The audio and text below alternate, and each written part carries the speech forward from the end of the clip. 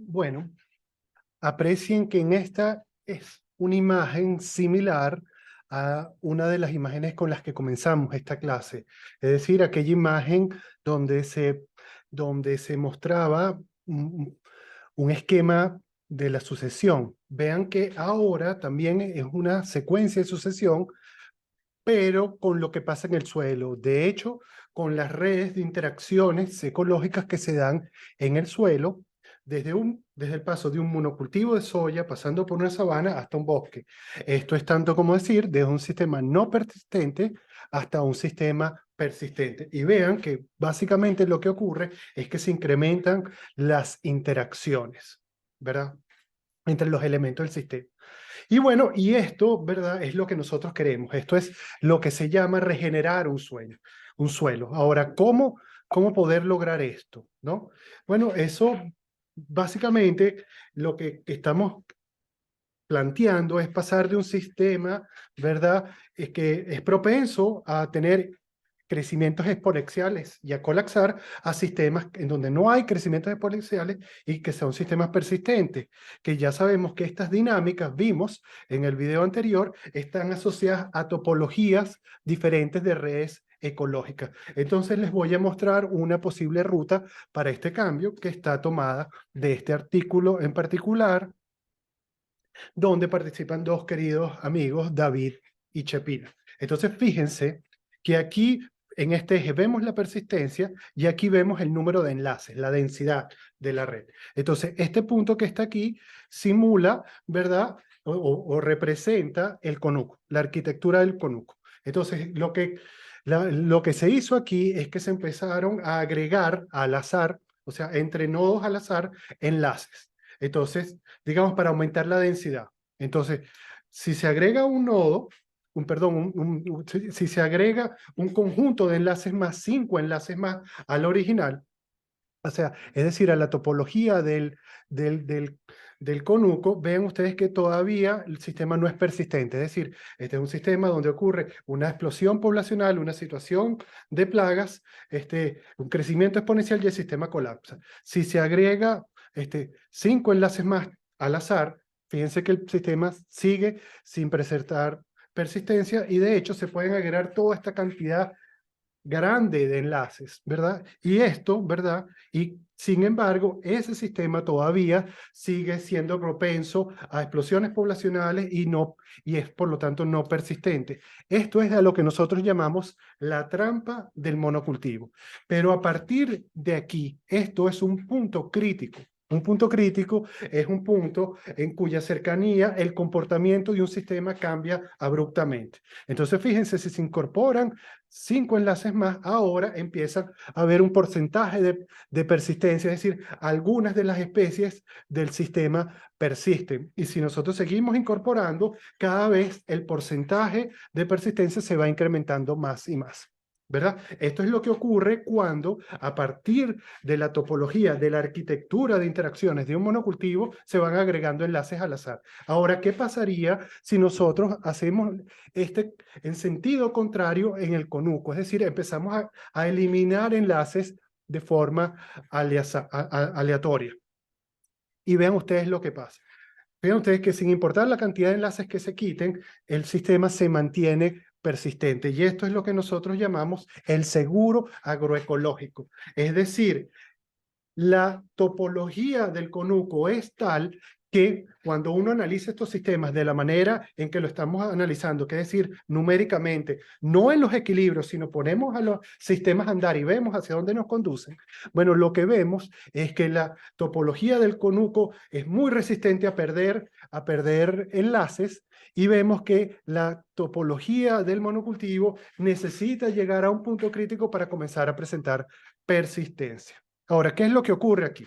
Bueno, lo que ocurre es que la metodología que se empleó, que es critar o poner enlaces de forma aleatoria, ya sea incorporando enlaces de forma aleatoria a partir del monocultivo o quitando enlaces de forma aleatoria a partir del conuco, lo que hace es que en ambos casos se disminuye la centralidad de la red, a partir de la cual se origina, a la cual se le van quitando o agregando los enlaces.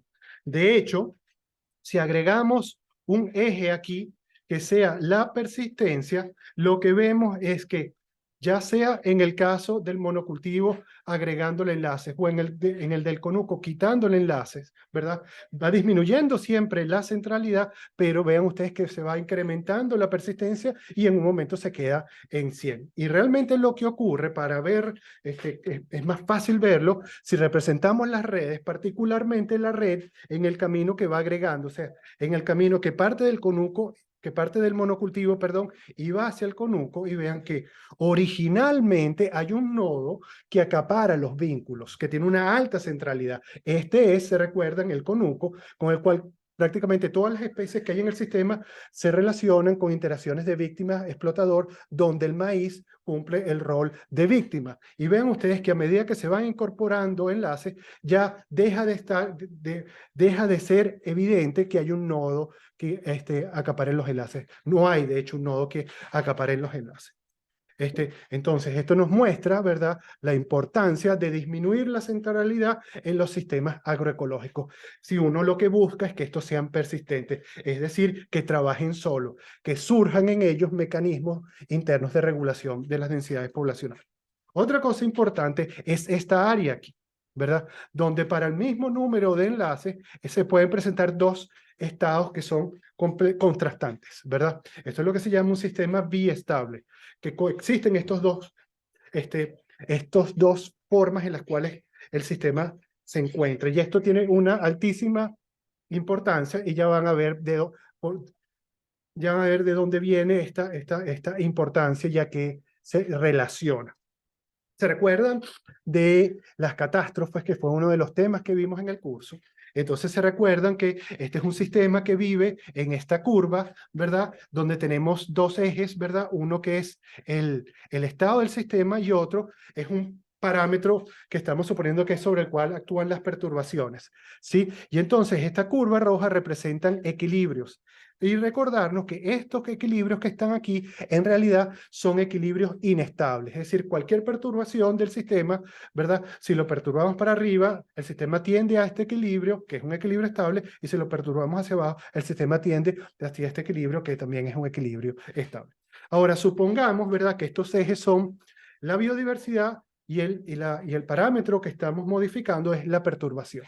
Y supongamos que por una decisión de manejo se decide un cierto nivel de perturbación en el sistema, que es un cierto nivel de deforestación. Esto, en realidad, se manifiesta en esta curva, ¿verdad? Y lo que vemos es que en términos de pérdida de diversidad, esta deforestación produjo una disminución en la biodiversidad, pero es muy poco la disminución. Es decir, que la decisión de manejo puede ser seguir deforestando, y la respuesta es esta, sigue siendo poca la respuesta. Se decide seguir deforestando, esta es la respuesta. Se puede seguir deforestando, esta es la respuesta. Pero se recuerdan de la clase de catástrofes, aquí estamos cerca de un punto crítico en el cual, si perturbamos más, dado que el sistema solamente vive en esta curva roja, bueno, lo que hacemos es que el sistema va a experimentar un cambio abrupto, un colapso, lo que se conoce como una catástrofe, ¿verdad? Y por esto se llama esta teoría la teoría de las catástrofes, que en este caso significa una disminución abrupta, ahora sí, de la biodiversidad. Entonces, bueno, ahora el sistema está en un nuevo estado, es un estado profundamente empobrecido en términos de biodiversidad, y entonces las personas que manejan el sistema pueden decir, oye, ¿cómo hacemos para regresar al estado anterior? Y bueno, y la decisión puede ser, bueno, si deforestando fue que llegamos aquí, bueno, reforestemos, entonces se reforesta, pero vean ustedes que la respuesta del sistema en términos de biodiversidad es muy poco lo que se incrementa la biodiversidad. Se reforesta aún más, el sistema sigue, mejora, pero muy poco. Reforestamos aún más, el sistema mejora, pero aún poco. De esta manera nos damos cuenta que no basta con regresar a la condición previa a la catástrofe para regresar al estado anterior, porque se recuerdan que este tipo de sistemas son sistemas donde la historia importa, es decir, desde dónde se comienza es importante. Pero también aquí, ahora vemos que nos estamos aproximando a otro punto crítico en el cual, si reforestamos un poco más, hay otro cambio abrupto, hay otra catástrofe y el sistema regresa a su estado original. Se recuerdan que todo esto, ¿verdad?, este comportamiento se llama histéresis y además es Aquí lo que vemos es el área biestable de la cual les estaba hablando en la lámina anterior. Ahora, esto se puede explicar de una forma un poco más intuitiva, ¿verdad? Pero disculpen, también recordarles que bastan sistemas muy simples como este, ¿verdad? Que es básicamente una logística a la cual se le quita por depredación con una cantidad, con una respuesta funcional, una respuesta funcional tipo 2, ¿verdad? Bueno, entonces, una respuesta funcional tipo 3, perdón. Entonces, aquí, ¿verdad? Hay una forma de interpretar esto, lo que ocurre aquí, lo que esto significa, ¿verdad? Que es más intuitiva, que es esta. Bueno, supongamos que nosotros tenemos aquí a la producción convencional de monocultivos y aquí la producción multidiversa agroecológica, ¿verdad? Bueno, todo este sistema tiende a este punto, que es un punto donde el sistema no es persistente y donde experimenta plagas, ¿verdad? Y hay un área de influencia que tiene este punto, que es lo que se conoce como su cuenca de atracción. ¿Qué significa esto? Si nosotros mejoramos un poco este sistema, digamos, lo llevamos hasta este punto, vean ustedes que estas modificaciones, las mejoras que hemos hecho, no son suficientes porque el sistema, el conjunto de fuerzas que actúan sobre él, lo regresan a este punto. Y eso es lo que nosotros llamamos la trampa del monocultivo. ¿Qué es lo que explica, por ejemplo, el caso interesante que pasó en Sri Lanka cuando intentaron pasar de un solo golpe al país a una producción orgánica? Y esto lo hicieron simplemente prohibiendo los fertilizantes sintéticos. Es decir, fue una sola modificación. Es decir, una sola modificación que llevó al sistema a este punto, no lo logró sacar de esta cuenca de atracción y el sistema regresó con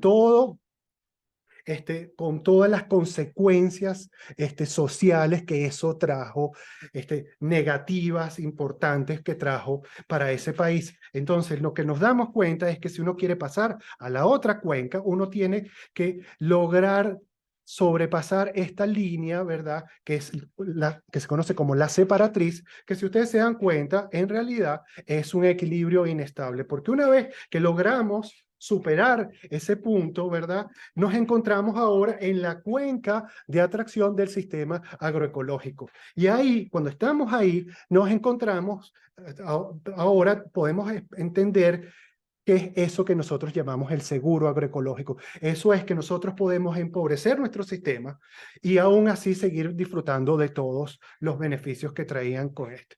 Entonces, esto lo que nos dice es que es importante no desesperarnos en la transición, porque esa transición es una transición compleja. Es decir, es necesario sobrepasar un punto crítico para llegar y disfrutar de todos los beneficios propios de un sistema agroecológico. Si a ustedes les interesa profundizar en este tema desde un punto de vista teórico, les recomiendo este artículo y si les interesa ya desde un punto de vista más aplicado en un caso concreto, en un agroecosistema, les recomiendo este que está abajo. Ahora, ¿cómo lograr esto? Porque hasta aquí suena todo muy teórico. Bueno, fíjense ustedes. Si nosotros tenemos un sistema, ¿verdad? Donde hay una sola especie, digamos, un monocultivo extremo donde hay solamente una especie, ¿cuántas interacciones entre diferentes especies puede haber? Cero. Si tenemos dos especies, puede haber una interacción. Si tenemos tres especies, puede haber tres interacciones. Pero vean ustedes lo que pasa a partir de cuatro especies, hay seis, y vean cómo va creciendo el número de interacciones posibles, no necesariamente interacciones que se van a dar, pero son interacciones posibles entre los elementos del sistema. De hecho, crece de esta manera, ¿verdad? Entonces, y esto lo que logra es disminuir la centralidad propia de los monocultivos. Ahora, también es importante en estos sistemas interacciones positivas, ¿verdad? Es fundamental, ¿verdad? Porque estas interacciones, ¿verdad? Están asociadas. ¿Se recuerdan cuando nosotros hacemos simulaciones y corremos esto y llegamos a una red, ¿verdad? Que es el producto de esta dinámica, esas redes que tienen un conjunto de virtudes de las cuales ya hablamos. Bueno, para lograr esto es importante tener una gran cantidad de interacciones positivas. Y esto que suena muy abstracto, en realidad es la base de la agricultura alternativa, que son las interacciones positivas entre los diferentes elementos. En esta red, ya saben, son interacciones positivas que se dan, es una red que ya hemos visto, son interacciones positivas que se dan entre diferentes cultivos, ¿verdad? Como por ejemplo la razón por la cual nosotros incluimos leguminosas en estos sistemas, porque hay un conjunto de interacciones positivas que tiene uno, la leguminosa, con microorganismos que fijan nitrógeno atmosférico, pero también eso repercute positivamente en los demás elementos de la biodiversidad. Y esto último nos habla, ¿verdad?, también de la importancia del microbioma, y que son todo lo que nosotros hoy en día conocemos en la agricultura alternativa como microorganismos funcionales, que ¿verdad?, que uno los incluye en los agroecosistemas, ¿verdad? En el suelo, por ejemplo, de los agroecosistemas, hongos formadores de micorriza, hongos antagonistas, hongos solubilizadores de fósforo, todos estos microorganismos funcionales, en realidad lo que tienen son interacciones positivas sobre los elementos del microbioma. Entonces, con esto este, termino este video, y básicamente, si se dan cuenta, esto lo que nos dice es la importancia de incrementar la agrobiodiversidad en los sistemas agrícolas, ¿verdad? Para asemejar estos sistemas más a las topologías de interacciones que observamos en los ecosistemas naturales.